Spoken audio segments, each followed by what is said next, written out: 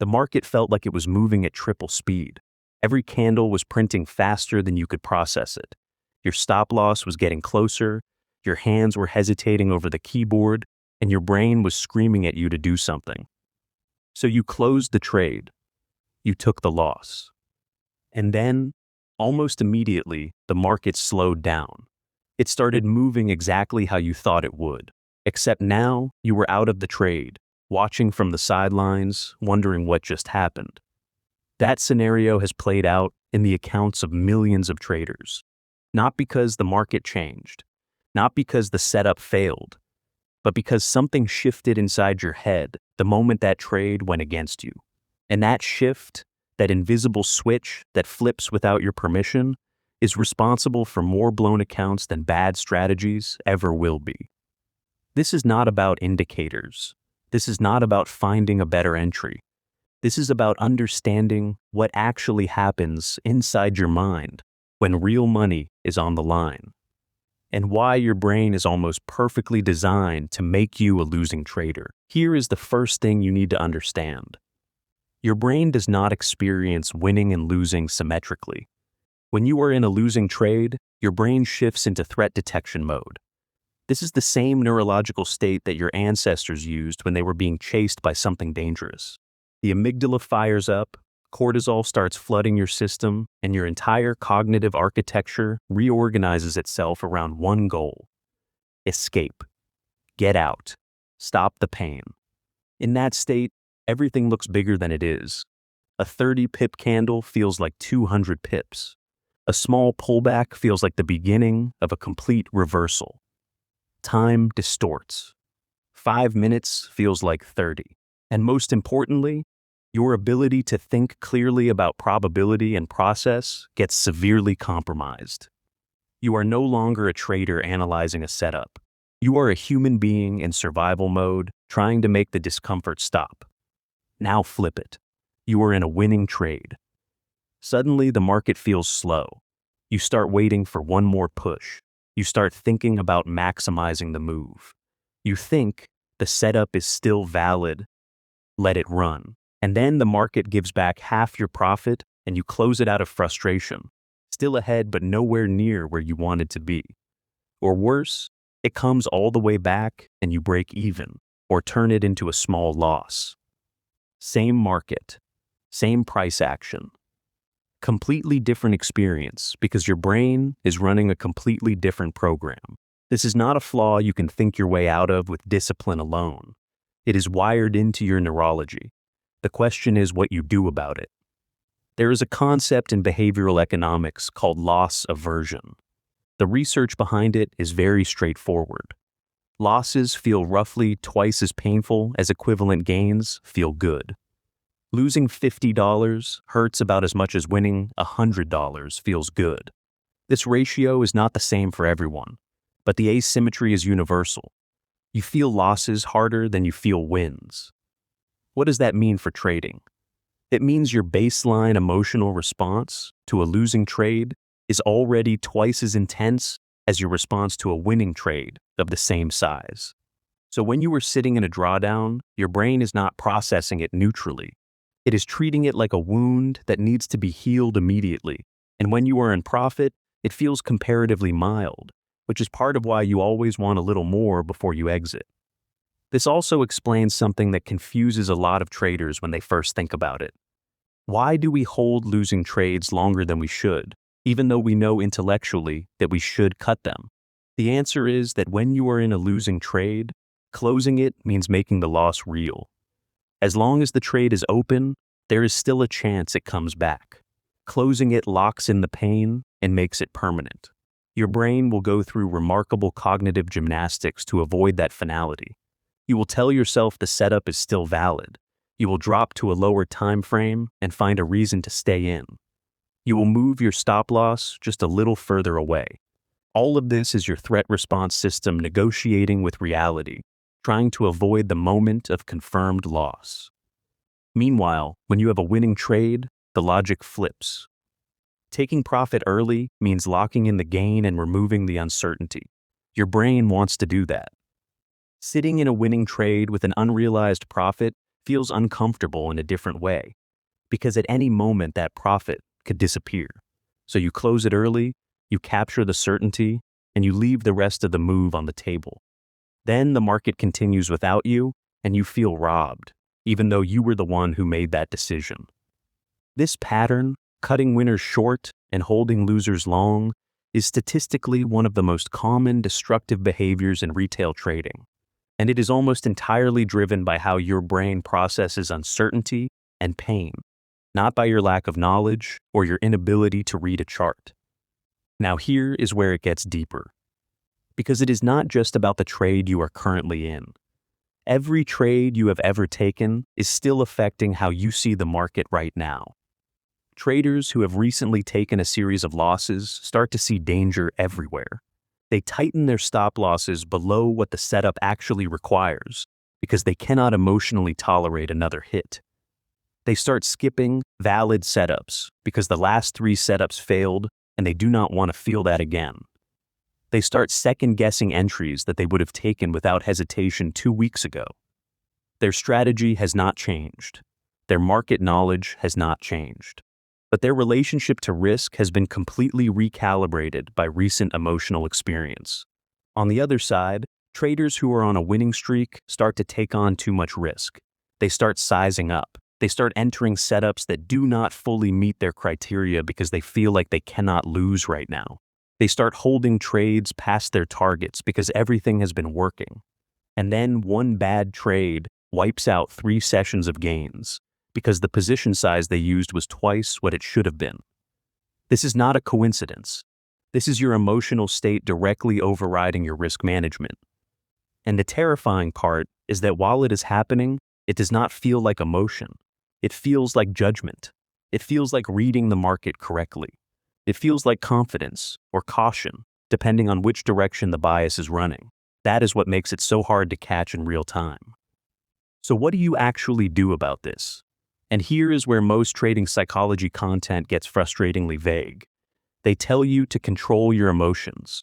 They tell you to be disciplined. They tell you to follow your plan.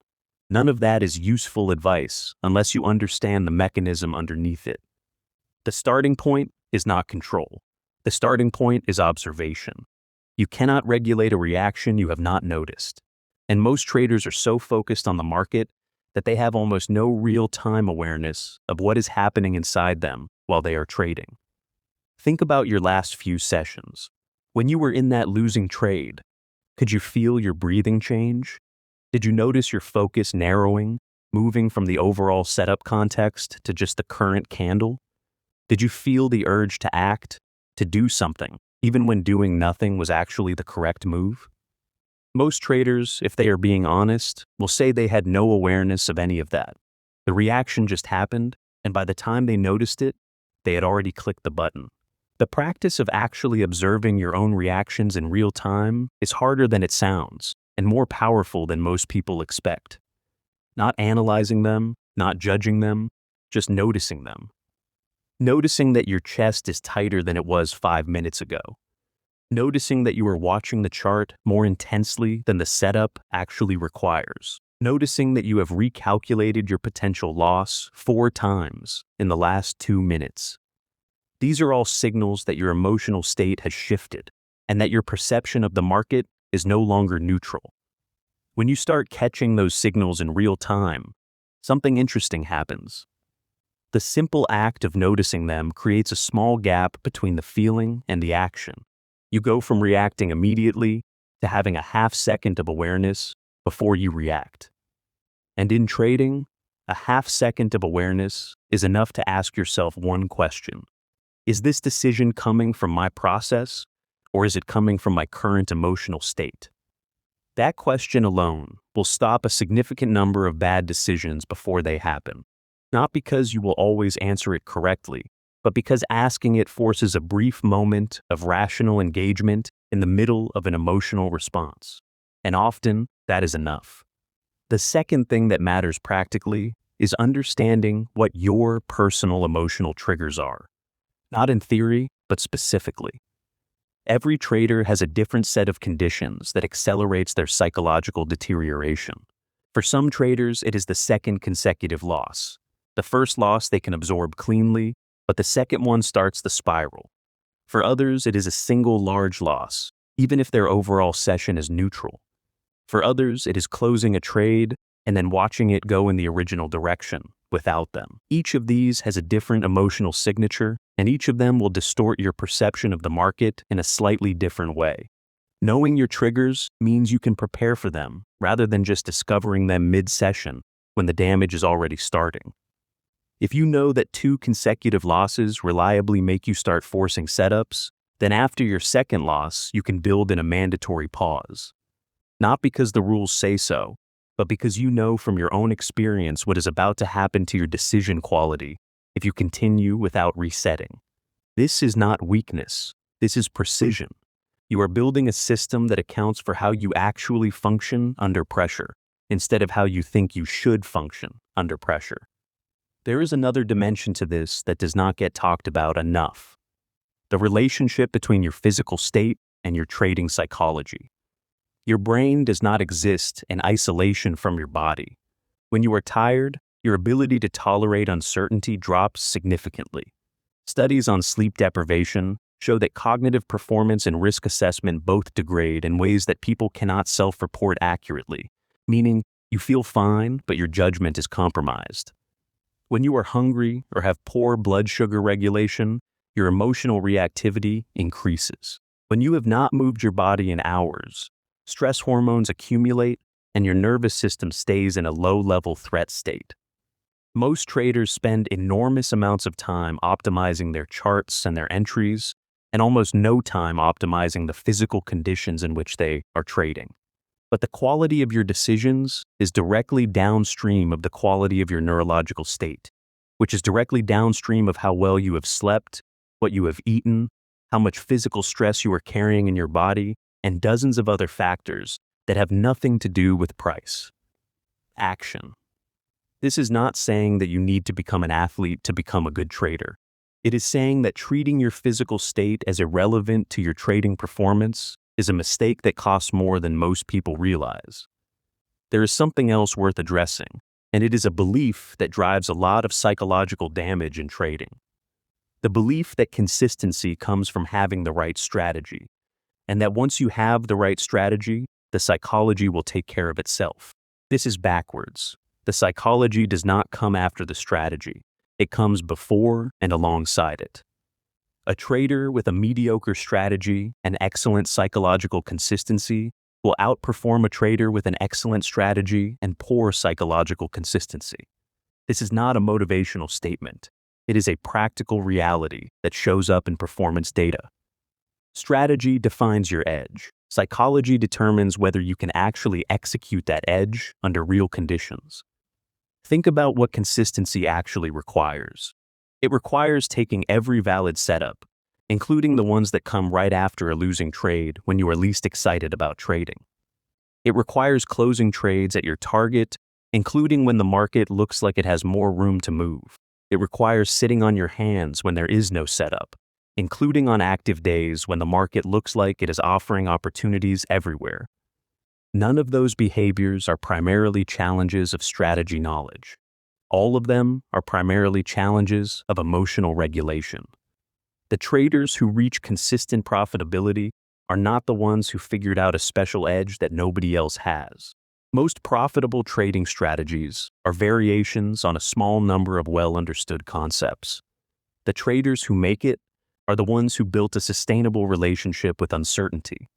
They can sit with a losing trade and not feel the need to act. They can close a winner at target and not feel robbed when it keeps going. They can take a bad day and not let it contaminate the next session. That psychological infrastructure is not built through theory. It is built through repetition, reflection, and an honest, ongoing conversation with yourself about what is actually happening in your mind while you trade. One of the more counterintuitive things about trading psychology is that trying to eliminate emotions is not the goal. Emotional traders are not the problem. Unconscious emotional traders are the problem. Emotion carries information. The anxiety you feel before a setup tells you something about your current risk tolerance. The impatience you feel while waiting for an entry tells you something about your relationship to boredom and uncertainty. The frustration after a stopped-out trade tells you something about your expectations. None of those signals are useless. They only become destructive when you act on them without knowing that you are acting on them. The experienced trader does not feel nothing. They feel the same range of responses that every trader feels, but they have developed enough self-awareness to recognize what those responses are and where they are coming from, so they can make a conscious choice about whether to act on them. That gap between feeling and action, between the emotional signal and the behavioral response, is where all of the real psychological work in trading actually lives. There is a practical framework worth laying out here. Before you trade, take 30 seconds and run a quick internal scan. Not a detailed journaling session, just a brief check. How am I feeling right now? Am I carrying anything from yesterday into today? Do I have any strong opinions about where the market is going today that could bias my reading of the setups? None of those questions have wrong answers. The goal is not to achieve some neutral, perfect state. The goal is to have a clear picture of your starting point, so you can watch for distortions as the session develops. During the session, the most important skill is noticing when your analysis of the market starts to feel urgent. Urgency is one of the clearest signals that emotional state has overridden process. Real trading, when you are executing your process correctly, does not feel urgent. It feels patient. You see the setup, you assess it, you execute, or you do not. Urgency, the feeling you need to act right now, that you might miss something, that this is the move and you need to be in it, is almost always coming from your emotional state, rather than from anything the market is actually telling you. After the session, the review matters more than most traders recognize. Not just looking at what the market did, but looking at what you did and why. Not in a punitive way, not to beat yourself up over mistakes, but genuinely trying to understand the decision-making process behind each trade.